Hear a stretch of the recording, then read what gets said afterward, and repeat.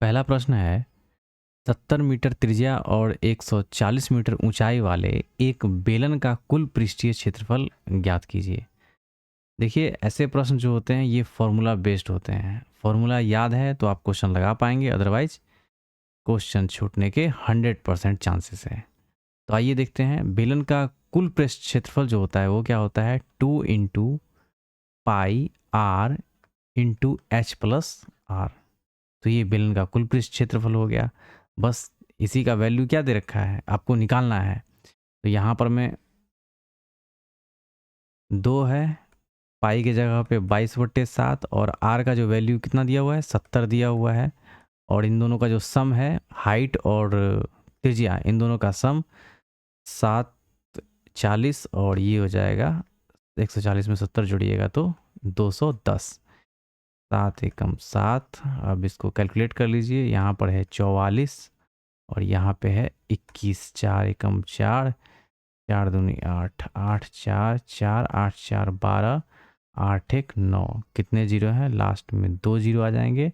924, 924 देख लीजिए 924 00 metre square इस क्वेश्चन का आंसर हो जाएगा। तो फॉर्मूला आपको पता होना चाहिए, फॉर्मूला याद रहेगा तो आप जल्दी से इस क्वेश्चन को कर पाइएगा। अगला प्रश्न देखते हैं। संख्याओं P और Q के बीच माध्य आनुपातिक 8 है। ठीक है, निम्नलिखित में से संख्याओं का कौन सा युग्म P और Q का मान हो सकता है। माध्य अनुपात बेसिकली होता क्या है? माध्य अनुपात होता है अंडर रूट ए बी। अब कौन सा ऐसा ऑप्शन है जिसका अंडर रूट और मल्टीप्लाई करेंगे तो रिजल्ट 8 देगा? तो आप देख लीजिए यहाँ पे सीधा सीधा दिख रहा है 16 4, 16 चौके 64 और 64 अंडर रूट 64 का जो वैल्यू होता है वो कितना होता है 8 होता है। 8 का स्क्वायर 64। तो यही इसका दिया हुआ है। यहाँ पे इसका जो माध्य अनुपात है कितना है 8 दिया हुआ है और इन दोनों को गुना करने पर क्या हो रहा है 64 आ रहा है। तो यही इस क्वेश्चन का क्या हो जाएगा आंसर हो जाएगा। तो बेसिकली माध्य अनुपात से ये प्रश्न था। अगला प्रश्न देखते हैं। वर्गीकृत आंकड़ों के लिए यदि एक्स आई वर्ग चिन्ह है और एफ आई संगत बारंबारता है तो प्रत्यक्ष विधि द्वारा माध्य x निम्न प्रकार से दिया जाता है। बेसिकली यहाँ पे आपने माध्य, माध्यिका और बहुलक ये सब पढ़ा होगा। तो माध्य का सीधा सीधा फॉर्मूला पूछा जा रहा है। माध्य का जो फॉर्मूला होता है क्या होता है सिग्मा एफ एक्स बट्टे सिग्मा एफ। तो देख लीजिए सिग्मा एफ एक्स बट्टे सिग्मा एफ एक्स बट्टे सिग्मा एफ। यही इस क्वेश्चन का आंसर हो जाएगा। क्लियर? चलिए अगला क्वेश्चन देखते हैं।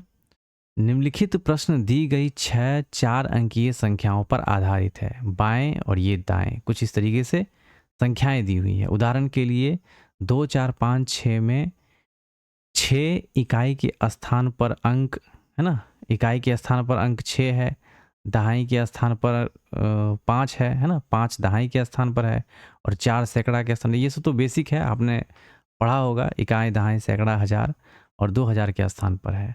नोट सभी कार्य बाएं से दाएं और किए जाएंगे। जो भी वर्क और जो भी इसमें क्वेश्चन पूछा जाएगा बाएं से दाएं की तरफ होगा।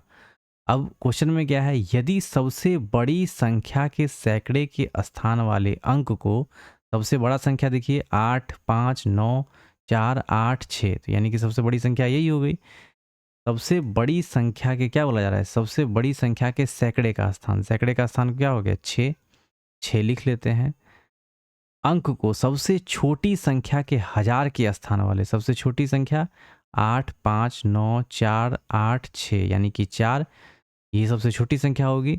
छोटी संख्या के हजार वाला अंक कौन सा है 4 है ना। हजार के स्थान वाले अंक में जोड़ा जाए तो परिणाम क्या देगा, तो 6 4 10 इस क्वेश्चन का आंसर हो जाएगा। यानी कि बड़े संख्या का सैकड़ा और छोटे संख्या का हजार वाला अंक दोनों को पिक करना है और दोनों को जोड़ देना है। अगला क्वेश्चन देखते हैं।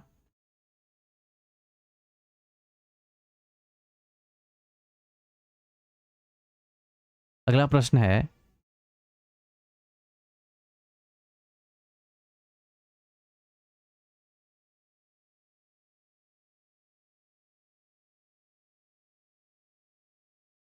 अगला प्रश्न है 11 के प्रथम 12 गुणजों का औसत ज्ञात करना है। तो 11 का प्रथम 12 गुणज कैसे लिखते हैं आप? 11 प्लस 11 दूनी 22, 11 तिये 33, 11 चौक 44, इसी तरीके से 12 में टर्म तक जाएगा। 11 गुने 12, 11 बार है 132, यहाँ तक जाएगा और इन सब को क्या करना है? जोड़ना है और टोटल कितने हैं? 12 हैं, 12 से डिवाइड कर देना है। तो इन सब को कैसे जोड़िएगा?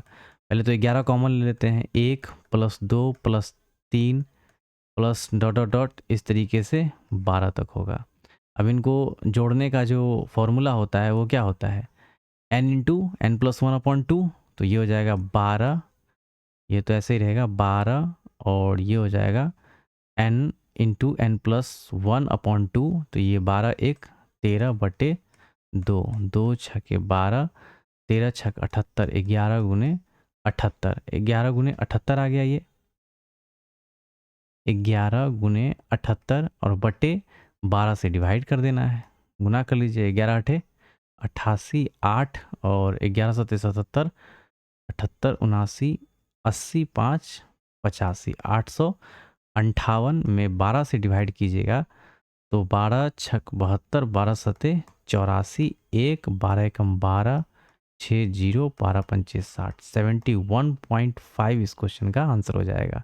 तो सीधा सीधा यहाँ पे बेसिक सा प्रश्न था। पहले तो 11 के गुणज को हमने लिख लिया, इसमें से 11 को कॉमन कीजिएगा तो 1, 2, 3, 4, 5, 6, 7, 8, 9, 10, 11, 12 तक के नंबर होंगे। 12 तक के संख्याओं को हमने पहले जोड़ लिया। जोड़ने का क्या तरीका है?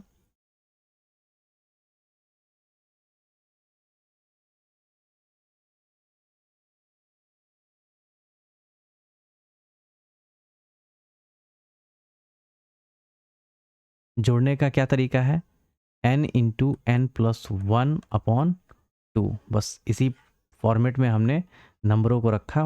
n की जगह पे 12 और 12 प्लस 1 13, 13/2, यहाँ से ये कैलकुलेट होकर के आ गया 11 गुने 78। अब एवरेज निकालना है और कितने तक का है? 12 तक का है, तो 12 से हमने डिवाइड कर दिया तो क्या निकल के आ गया? 71.5। अगला प्रश्न देखते हैं। 51 पुरुष एक काम को 12 दिन में पूरा कर सकते हैं। काम शुरू करने के 4 दिन बाद 6 और पुरुष उनके साथ जुड़ जाते हैं। अब उन्हें बचा हुआ काम पूरा करने में कितना दिन लगेगा?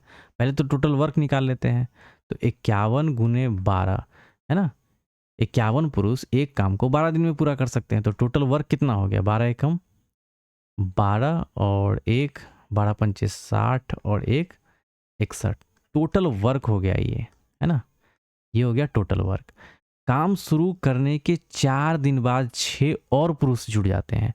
तो यानी कि ये जो 51 पुरुष हैं ये 4 दिन तक कितना काम करेंगे? क्योंकि 4 दिन के बाद 6 पुरुष और जुड़ते हैं ना, तो 4 दिन तक का काम कितना हुआ? 4 एकम 4 और 4 पंचे 20। अब ये इतना काम हो चुका है, बचा कितना काम? बचा कितना काम? तो 12 में से 4 गया तो 8 4 12 और ये हो जाएगा 0 और ये हो जाएगा 6 में से 2 गया 4 और ये शेष काम बच गया है। अब क्या कह रहा है? काम शुरू करने के 4 दिन बाद 6 और पुरुष जुड़ जाते हैं। अब उन्हें बचा हुआ काम पूरा करने में कितने दिन लगेंगे? यानी कि ये बचा हुआ काम है और 6 पुरुष और जुड़ जा रहा है, यानी कि पहले 51 पुरुष था, अब कितना हो गया? 6, मतलब 6 और जुड़ जा रहा है, तो 51 6 हो गया 57। 408 में 57 से डिवाइड कर दीजिए, ये हो गया 408 और 57 से डिवाइड कीजिएगा तो 5 अठे 40, 7 7 से 7 सते 49, 4 7 पचे 35 और 4 39, 18 में से 9 9 9 9 18, ये हो गया 0, ये हो गया कट गया। अब ये 57.7/7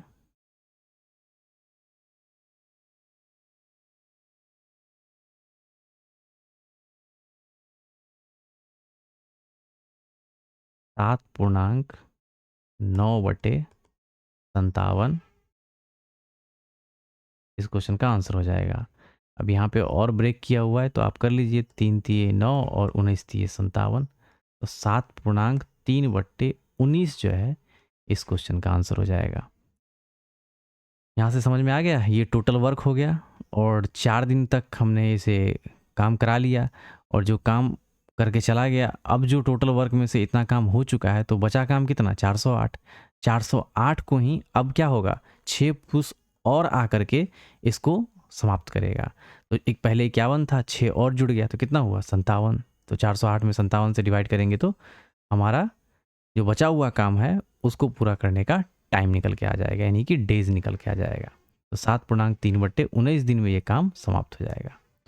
अगला प्रश्न देखते हैं। संख्याएं 51, 52, 53 और इसी तरीके से 100 में सबसे छोटी तथा सबसे बड़ी अभाज्य संख्याओं का योगफल ज्ञात कीजिए। देखिए 51 ये तो डिविजिबल है, 52 भी डिविजिबल होता है, 53 सबसे छोटी हो गया 53 जो कि अभाज्य संख्या है।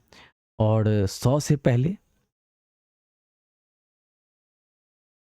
पहले जो नंबर होगा वो कौन सा नंबर होगा, 100 ये भी डिविजिबल है, 99 डिविजिबल है, 98 डिविजिबल है, 97 क्या है, ये अभाज्य संख्या है। अब इन दोनों का योगफल कह रहा है तो 7 3 10, 1 9 5 14 14 1 15, यानी कि 150 इस क्वेश्चन का आंसर हो जाएगा। तो ये सब आपको पता होना चाहिए कौन सी संख्याएं अभाज्य हो। अभाज्य कहने का मतलब क्या है, या तो वो 1 से डिवाइड हो या तो खुद से डिवाइड हो। जैसे 3 हो गया, ये अभाज्य संख्या है, 7 हो गया, 11 हो गया, है ना, 13 हो गया, 17 हो गया, ये सब अभाज्य संख्या है। तो इनको आप ध्यान रखिएगा।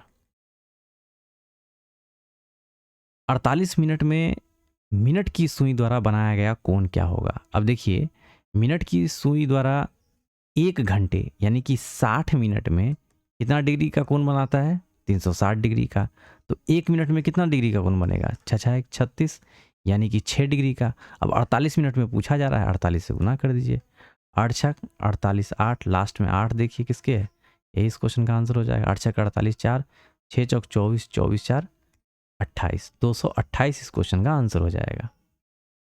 228 नहीं, 288, माफ कीजिएगा, 288 इस क्वेश्चन का आंसर हो जाएगा, ऑप्शन बी। अगला क्वेश्चन है, समीकरण इतना को किस प्रकार लिखा जा सकता है। तो बेसिकली द्विघात समीकरण का प्रश्न है और इसको सॉल्व करना है। सॉल्व कैसे कीजिएगा, तो देखिए ये 6 है और यहाँ पे a के जगह पे 1 है, एक्स स्क्वायर है ना, A X square plus B X plus C, इस तरीके से।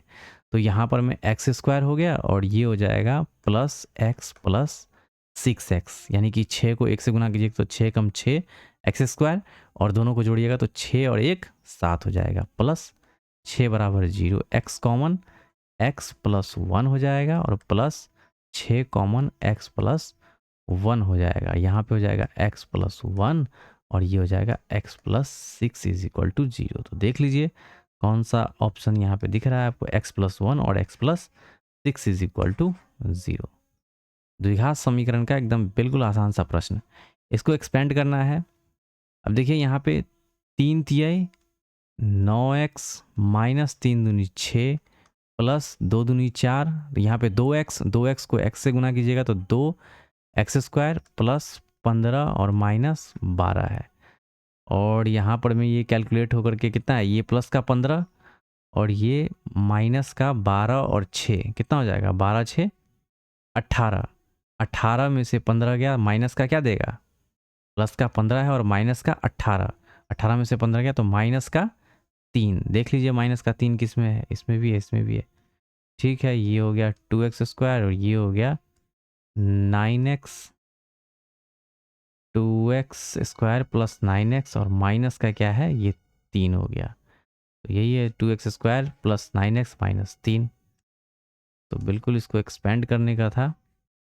अगला प्रश्न देखते हैं, इतना का समतुल्य भिन्न है। तो 4.2 के ऊपर में रेकरिंग है ना, और इसको कैसे सॉल्व करते हैं, तो 4 2 माइनस वट 4 अपॉन में 9 आ जाएगा, 42 में से 4 गया 38/9, 38/9 इस क्वेश्चन का आंसर हो जाएगा। रेकरिंग का प्रश्न डे 1 से ही पूछा जा रहा है, तो आपको रेकरिंग के क्वेश्चन को अच्छे से करके जाना है, ठीक है। एक समकोण त्रिभुज में यदि कर्ण एक भुजा से 4 इकाई बड़ा तथा दूसरी भुजा से 8 इकाई बड़ा है तो त्रिभुज का क्षेत्रफल ज्ञात कीजिए। एक त्रिभुज ले लेते हैं और ये समकोण त्रिभुज है, इस तरीके से समकोण त्रिभुज है। यहाँ पे देखेंगे आप, एक समकोण त्रिभुज में यदि कर्ण एक भुजा से 4 इकाई बड़ा है तथा दूसरी भुजा से 8 इकाई बड़ा है तो त्रिभुज का क्षेत्रफल क्या होगा।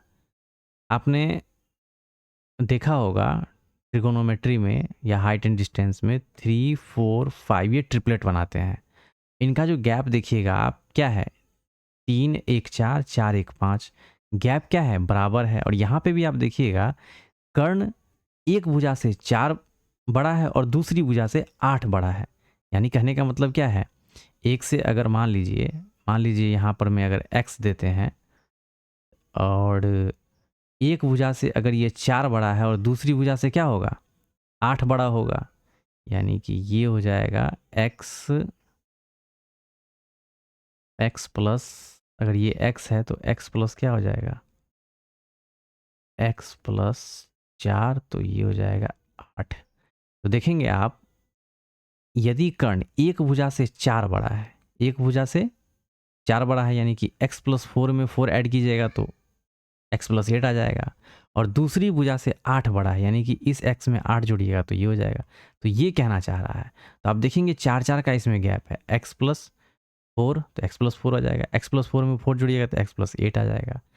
तो आप 3, 4, 5 ये ट्रिपलेट लेकर के आप क्वेश्चन को सॉल्व कर सकते हैं। कैसे सॉल्व करेंगे, तो देखिए 3, 4, 5 इनके गैप को बराबर करना है तो 2 से गुना कीजिए, 3 दूनी 6, ये आ गया 6 है ना। 3 लिख लीजिए, 4 लिख लीजिए, 5 लिख लीजिए, ये हो गया 6 और 8 और ये हो गया 10। 6 2 8 2 10, नहीं 4 का गैप है तो 3 चौक 4, 4 से गुना कीजिए, 4 4 तिये 12, ये हो जाएगा 12 और 4 चौके हो जाएगा 16 और 5 चौके 20। इनमें 4 4 का गैप है। और देखिएगा आप, तो ये हो गया 12 और ये हो गया 16 और ये हो गया 20। इससे क्या है, 8 बड़ा है और इससे क्या है, 4 बड़ा है। तो ये सेटिस्फाइड कर गया, 16, 12 और 20। अब बोला जा रहा है एरिया, एरिया बराबर क्या होता है, राइट एंगल ट्रायंगल का 1/2 into base into height. Base है हमारा 16 और हाइट है 12, 2 8 16, 12 8 96, यानी कि 96 वर्ग इकाई इस क्वेश्चन का आंसर हो जाएगा। तो ये चीज़ थोड़ा सा आपको समझना पड़ेगा। या फिर आप ऐसे भी सॉल्व कर सकते हैं, x का जो दिया हुआ है तो X square plus X plus 4 का whole square is equal to X plus 8 का होल स्क्वायर। वहाँ से x का वैल्यू निकलेगा, यहाँ पे रखेंगे तो एक ये और एक ये वैल्यू आएगा और वहाँ से फिर आप क्या करेंगे, एरिया निकालेंगे। या फिर आप ट्रिपलेट का हेल्प लेकर के इस क्वेश्चन को आसानी से डील कर पाएंगे। अगला प्रश्न देखते हैं, 3 पेंसिल और 5 पेन, 3 पेंसिल और 5 पेन इनका मूल्य जो है वो है 81। 5 पेंसिल और 3 पेन इनका जो मूल्य है वो कितना है, 71 है। तो एक पेंसिल और 2 पेन का कुल मूल्य क्या होगा। तो इस तरीके का प्रश्न, इसको 5 से गुना कीजिए और इसको 3 से गुना कीजिए, ठीक है, यहाँ वाला। या फिर बीच वाले को, इसको 3 से गुना करते, इसको 5 से गुना करते हैं, ठीक है। तो यहाँ कर लेते हैं, इसको 5 से मल्टीप्लाई कीजिएगा तो 5 तिये 15x प्लस 50 25y बराबर 5 एकम 5 8 पंचे 40। ये हो जाएगा 5 तिये 15x प्लस 3 तिये 9y इज इक्वल टू 3 तिये 9y इज इक्वल टू 3 एकम 3 और 7 तिये 21। यहाँ से माइनस माइनस माइनस 16 9 25, 16y बराबर 5 में से 3 गया 2, 10 में से 1 गया 9, 3 में से 2 गया 1, 16 y का आ गया 16 एकम 16 और 16 दूनी 32, 16 एकम 16 3 19, 16 दूना 32, यानी कि y का जो वैल्यू आ गया 12 आ गया। y का वैल्यू यहाँ पे पुट कीजिए, x का वैल्यू आ जाएगा 3x प्लस, है ना, 3x 12 पंचे 60, 81 में से 60 माइनस कर दीजिए तो 3x इज इक्वल टू ये हो जाएगा 60 20 80 1 81, यानी कि x का वैल्यू आ गया 7। अब यहाँ क्या पूछा जा रहा है, एक पेंसिल, एक पेंसिल, पेंसिल का जो हमने माना था वो x माना था, तो एक पेंसिल यानी कि 7 एकम 7 प्लस 2 पेन 12 दूनी 24, 24 6 30, 30 1 31, यानी कि एक पेंसिल और 2 पेन का जो कुल मूल्य है वो कितना होगा, 31 रुपया होगा। तो 9th 10th में आपने बहुत सारे प्रश्न को पढ़ा होगा, इस टाइप के जो क्वेश्चन पूछे जाते हैं, बस इसको सॉल्व करने का एक ही तरीका है। तो आप जितना जल्दी इसको, जितना फास्ट आप कैलकुलेट करेंगे उतना जल्दी आंसर निकल के आ जाएगा। अगला प्रश्न देखते हैं, यदि संख्या इतना में प्रत्येक विषम संख्या में एक जोड़ा जाए। प्रत्येक विषम संख्या में क्या करते हैं, एक जोड़ते हैं। तो 5 1 6 3 1 4 तथा प्रत्येक सम संख्या में 2 घटाते हैं। 2 घटाएंगे तो ये हो जाएगा 2, ये हो जाएगा 8, ये हो जाएगा 6, ये हो जाएगा 0, है ना। और 3 में क्या करना है, विषम संख्या में एक जोड़ना है, ये हो जाएगा 4 और 1 1 2। तो बोला जा रहा है प्रत्येक संख्या द्वारा, तो बाईं ओर से दूसरे, बाईं ओर से दूसरे और दाईं ओर से दूसरे संख्याओं का योग, यानी कि 4 और 4 क्या हो जाएगा, 8 हो जाएगा। 8 इस क्वेश्चन का आंसर हो जाएगा।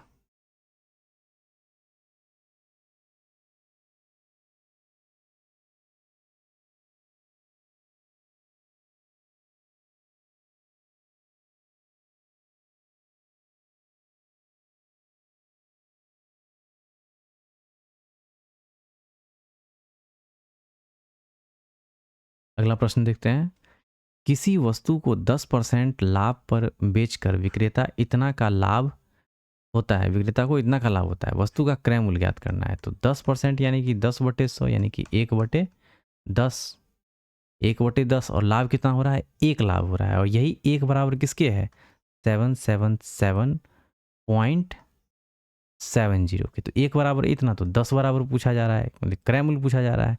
तो 10 गुने कितना हो जाएगा, 10 गुने 777.70, पॉइंट हटाइएगा, 2 जीरो आएगा, 0 0 हट जाएगा, 1 2 3 4 7, 4 7 है ये, यही इस क्वेश्चन का आंसर हो जाएगा।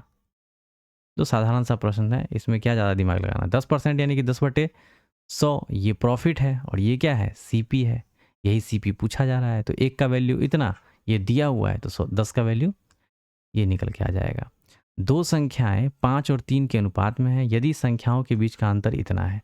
इनका अंतर कितना है, 2, 2 बराबर 54, तो 1 बराबर 27 दूनी 54, 27 आ गया। तो छोटी संख्या 27 दिया 81, इसमें तो पेन भी उठाने की जरूरत नहीं पड़ी, ये तो समझ में आ रहा है ना। 5 में से 3 गया 2, 2 बराबर 54 के है, दोनों के बीच का डिफरेंस। तो पूछा जा रहा है छोटी संख्या, छोटी कौन सी है, 3 है, तो 27 दिए 81। अगला देखते हैं, साड़ियों की एक दुकान पर ऑफर चल रहा है, बहुत बड़ी बात है, बहुत अच्छी बात है, आई मीन जिसमें ग्राहक 3 साड़ियां खरीद कर, अब ये कस्टमर है ना, ये क्या है, ये कस्टमर है, बहुत खुश है।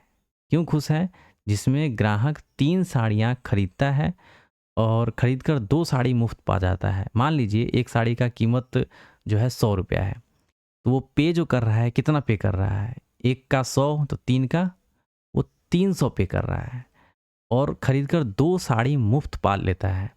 2 साड़ी मुफ्त पा लेता है यानी कि, यानी का मतलब 3 खरीदा 2 मुफ्त पाया, यानी कि टोटल कितना पाया, 5।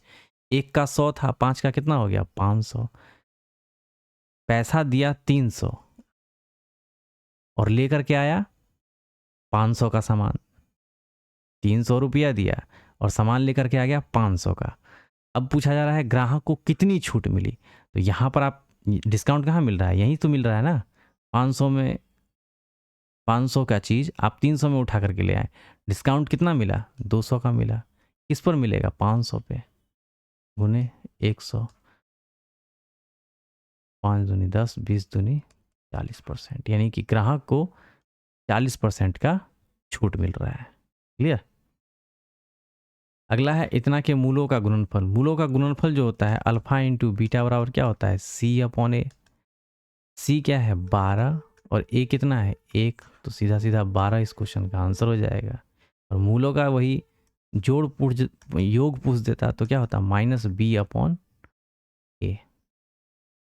अगला प्रश्न देखते हैं, इतना और इतना का माध्य अनुपात। माध्य अनुपात क्या होता है, A/B, और ए के जगह पे क्या है 16 और बी के जगह पे है 144, ये हो जाएगा 4, ये हो जाएगा 12, 12 चौक 48। अगला प्रश्न देखते हैं। अब ये क्वेश्चन है, थोड़ा सा ध्यान से समझिएगा इस क्वेश्चन को। इस क्वेश्चन को समझने से पहले आपको ये पता होना चाहिए sign square theta plus cos square theta बराबर 1। ये तो आपको पता होगा। ये चीज़ अगर पता है तो आप इस क्वेश्चन को इजीली सॉल्व कर पाएंगे। देखिए, इसको हम पूरा लिख देते हैं तो ज़्यादा समझ में आएगा। Sign square 10 plus sign square 20 plus sign square 30 plus sign square 40 plus, अब साइन स्क्वायर 50 है, आपको ये भी पता होना चाहिए। साइन 90 माइनस, पहले की वीडियो में मैंने बताया हुआ है, साइन 90 माइनस थीटा बराबर क्या होता है? Cos theta. क्लियर? ये भी फॉर्मूला आपको पता होना चाहिए। और cos 90 minus theta is equal to क्या होता है? साइन थीटा होता है। तो sine square 10 degree, sine square 20 degree, है ना, और sine square 30 degree, sine square 40 degree तक आ गए। अब साइन स्क्वायर 50 डिग्री को आप कॉस स्क्वायर 40 डिग्री आप ऐसे भी लिख सकते हैं। साइन स्क्वायर 40 डिग्री को आप कैसे लिख सकते हैं? यहाँ साइन स्क्वायर क्या है? 40 डिग्री है, और आप इसको ऐसे भी तो लिख सकते हैं, कॉस स्क्वायर 50 डिग्री। 50 डिग्री कहने का मतलब ये हो गया, यहाँ पे समझिए,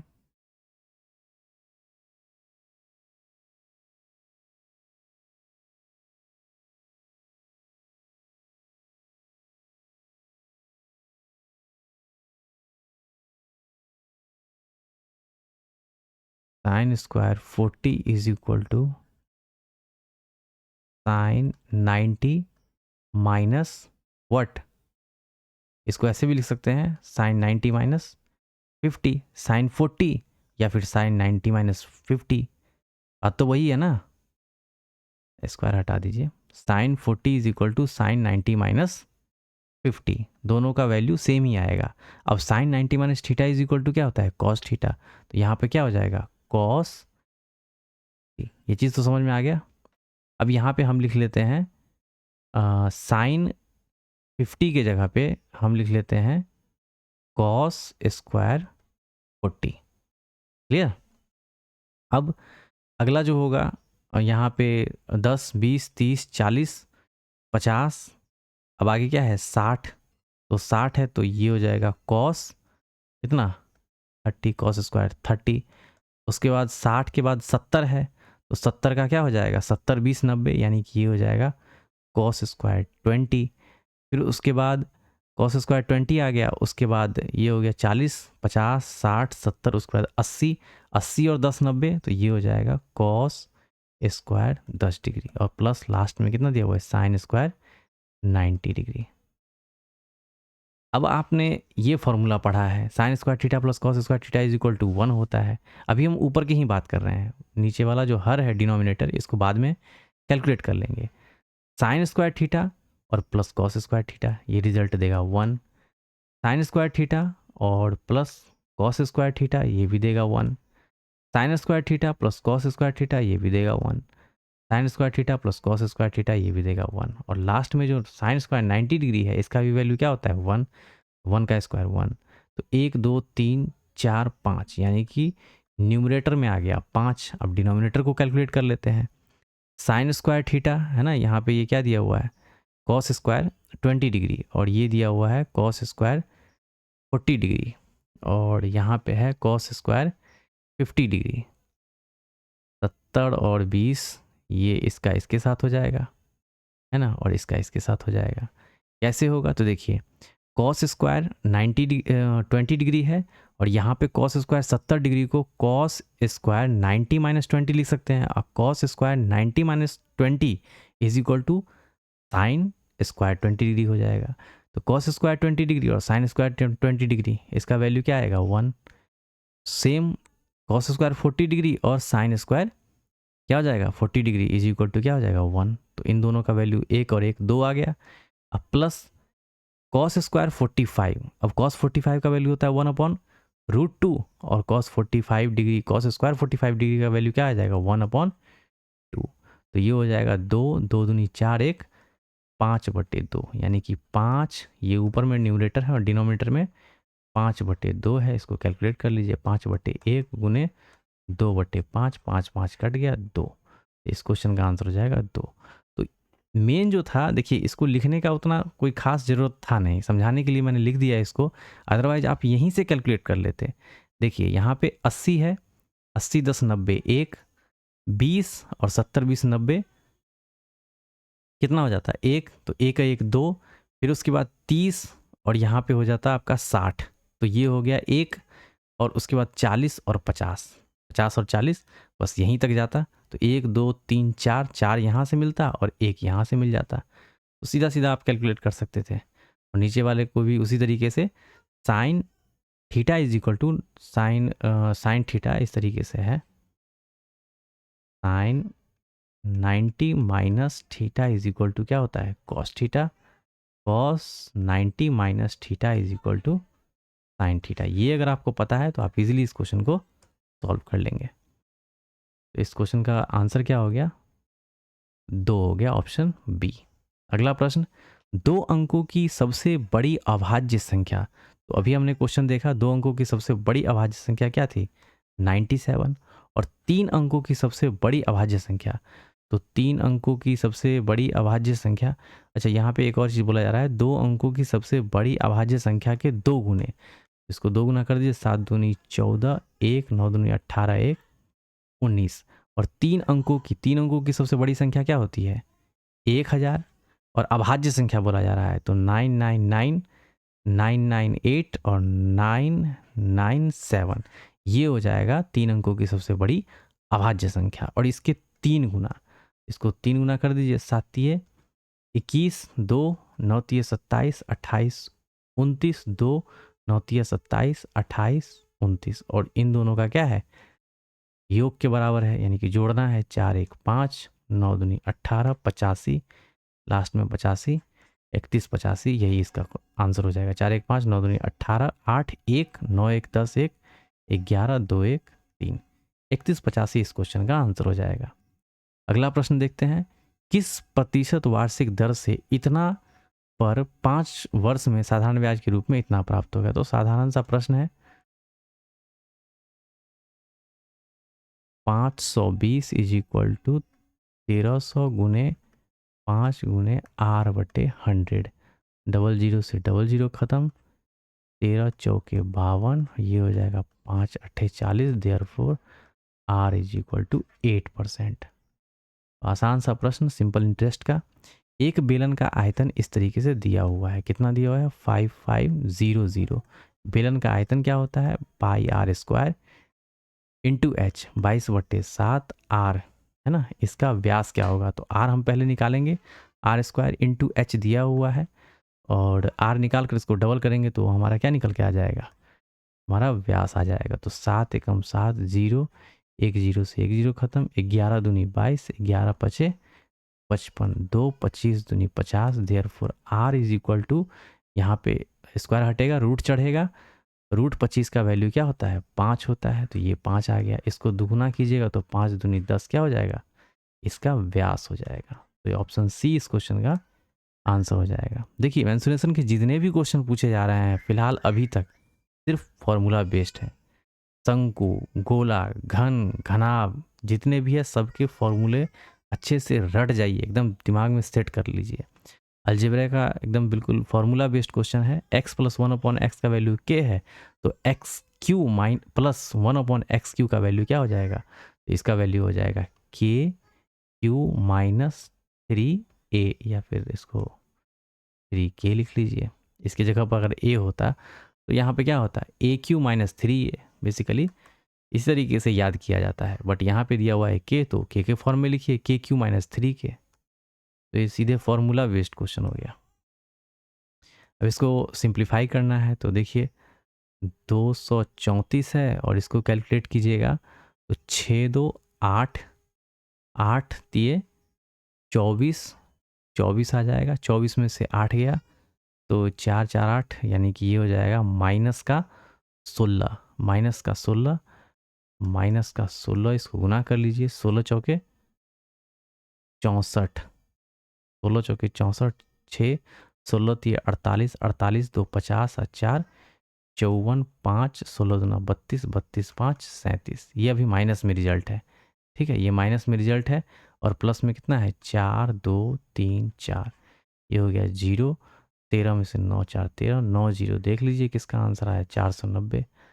11 में से 7 4 11, ये 3 3 0, एक ही है ऑप्शन, क्या है 490। यहाँ यूनिट डिजिट से आप जैसे ही आप क्वेश्चन के आंसर को लगा रहे होते हैं तो आपका ध्यान थोड़ा थोड़ा ऑप्शन पे भी जाना चाहिए। यूनिट डिजिट पे आया, यहाँ पे डबल जीरो है, दोनों में जीरो है, तो यहाँ पर हमें थोड़ा सा और कैलकुलेट करना होगा। तो 9 आ गया, 9 0 आ गया, बस कैलकुलेट टिक मार करके आगे बढ़ेंगे।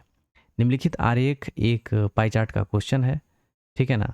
नामांकित छात्रों की कुल संख्या इतना दिया हुआ है, आरेख का अध्ययन कीजिए और प्रश्न का उत्तर दीजिए। अब यहाँ पे परसेंटेज में वैल्यू दिया हुआ है। मेडिकल, इंजीनियरिंग और विधि तीनों संकाय में कुल कितने छात्र नामांकित हैं। तो 100% का वैल्यू कितना दे रखा है 15200, 00 से 00 खत्म। एक का वैल्यू दे रखा है 152। पूछा किसका जा रहा है मेडिकल, मेडिकल हो गया 15%, इंजीनियरिंग 11% और 9%। 11 9 20, 20 10 30, 5 35, 35 को गुना करेंगे 152 से, तो इसको कैलकुलेट कीजिए। 5 दूनी 10, लास्ट में 0 है, ठीक है, इसको कैलकुलेट कर लेते हैं।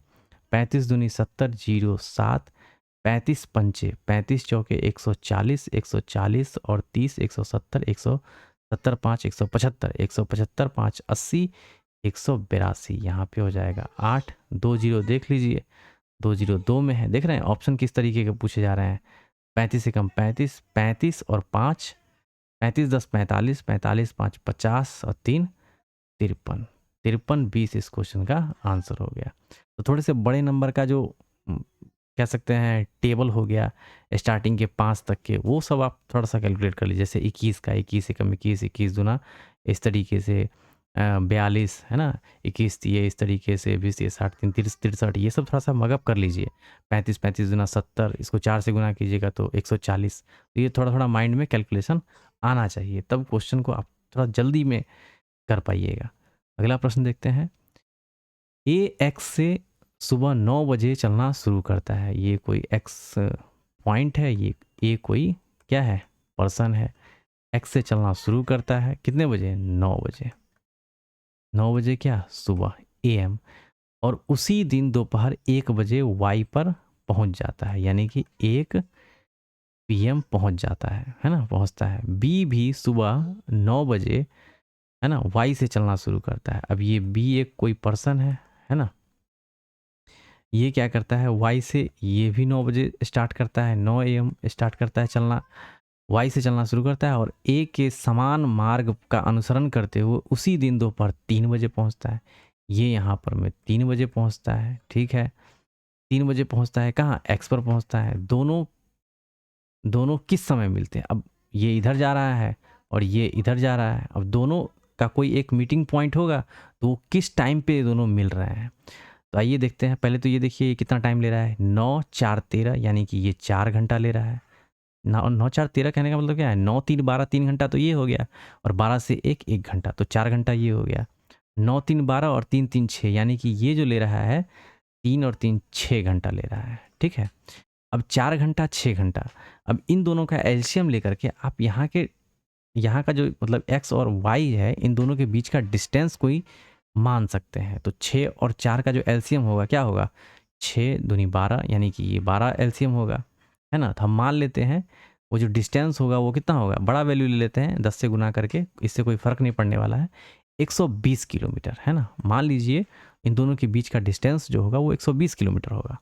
अब देखिए ए का जो है, ए जो चल रहा है और जो समय ले रहा है 4 घंटा, यहाँ से यहाँ तक पहुँचने में कितना टाइम ले रहा है 4 घंटा, तो इसकी स्पीड क्या रही होगी।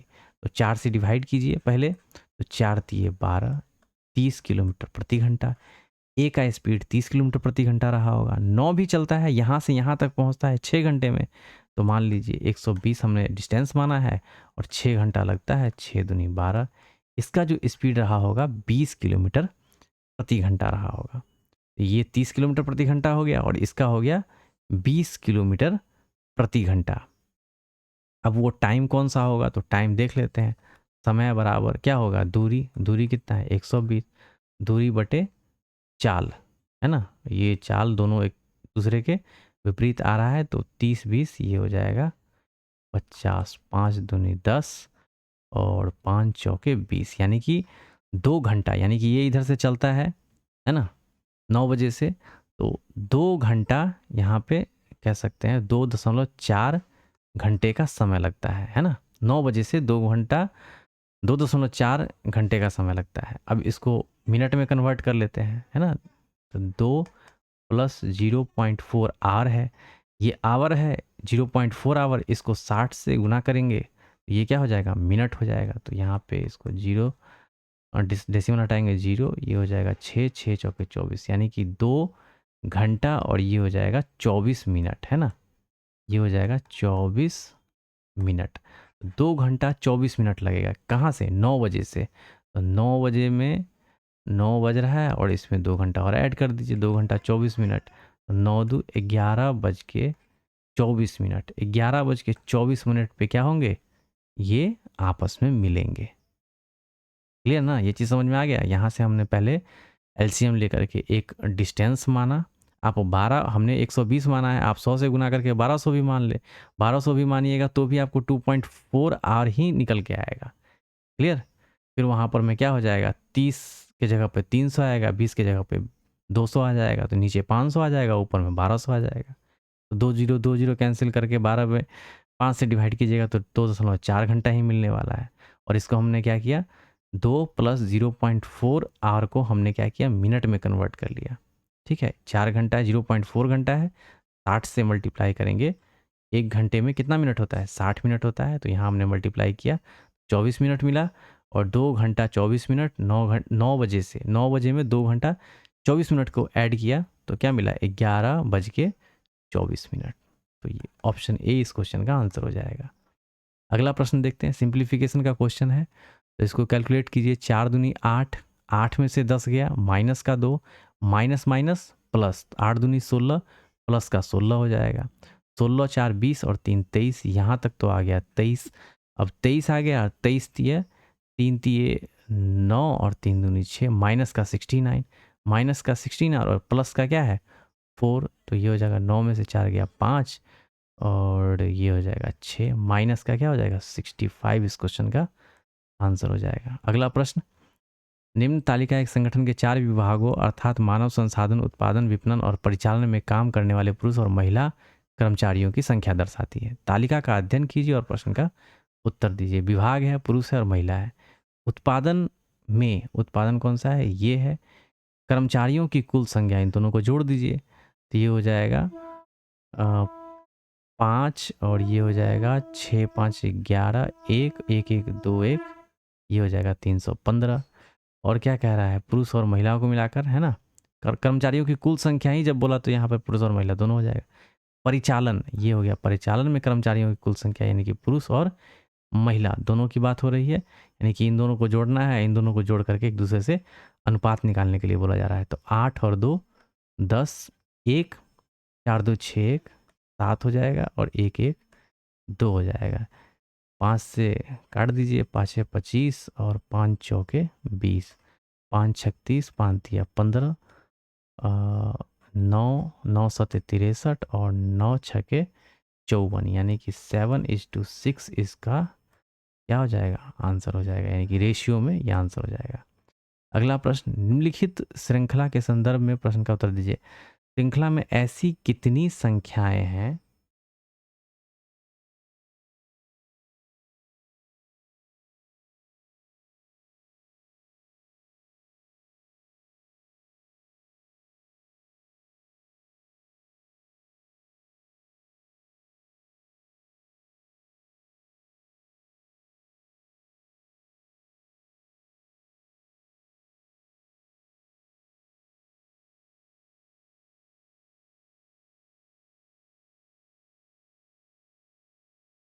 एक्चुअली में क्या है, ये रीजनिंग का प्रश्न है, ठीक है कर लेते हैं, कोई नहीं।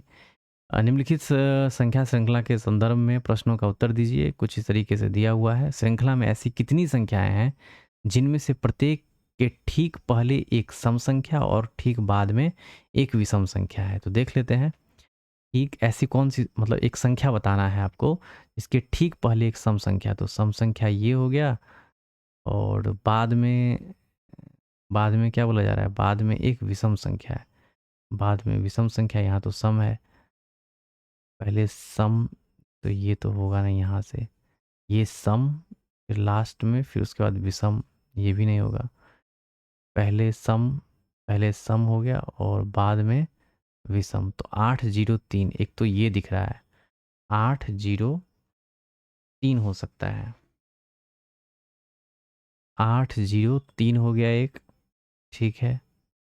उसके बाद पहले सम, सम, ये सम आ गया, सम, उसके बाद विषम, तो 8 6 7 ये भी हो जाएगा, फिर उसके बाद सम, बाद में विषम, यहाँ तो सम है, ये नहीं होगा, सम, फिर बाद में विषम, ये भी नहीं होगा, सम, बाद में विषम, ये भी नहीं होगा, 2 2 6 ये भी नहीं होगा, सम, बाद में विषम, 2 6 8 ये भी नहीं होगा, उसके बाद सम, बाद में विषम, यानी कि 2 8 3 ये हो जाएगा।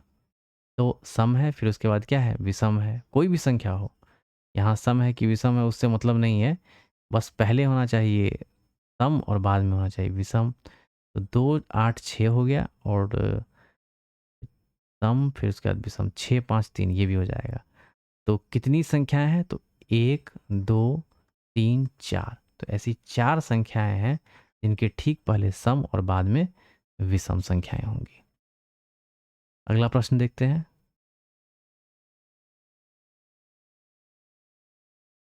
नीचे दी गई संख्या में प्रत्येक अंक को बाएं से दाएं अवरोही क्रम में अवस्थित किया जाए।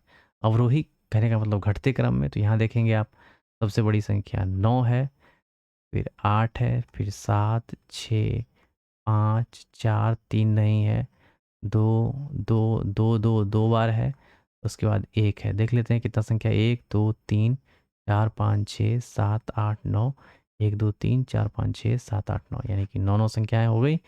अब क्या बोला जा रहा है, तो इस प्रकार बनी संख्या में बाएं से तीसरे, बाएं से तीसरे और दाएं से 1 2 3 4 चौथे, 7 और 4, इसका क्या करना है, इन दोनों का गुणनफल, 7 चौके 28, यानी कि गुणनफल क्या होगा, तो 7 चौके 28, 7 को और 4 को गुना कर दीजिए। अगला प्रश्न देखते हैं। तो ये कुछ 32 प्रश्न थे, आई थिंक 32 थे कि 31 प्रश्न थे।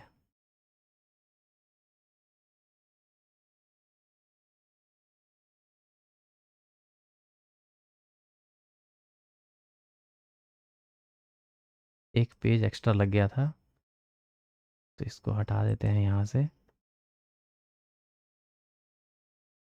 तो टोटल इसमें 31 प्रश्न थे, जिसमें कि एक कह सकते हैं रीजनिंग का प्रश्न था, ये भी कह सकते हैं रीजनिंग के ही कैटेगरी में आ जाएगा, रीजनिंग का ही प्रश्न है, कोई नहीं, प्रैक्टिस करना आपका काम है।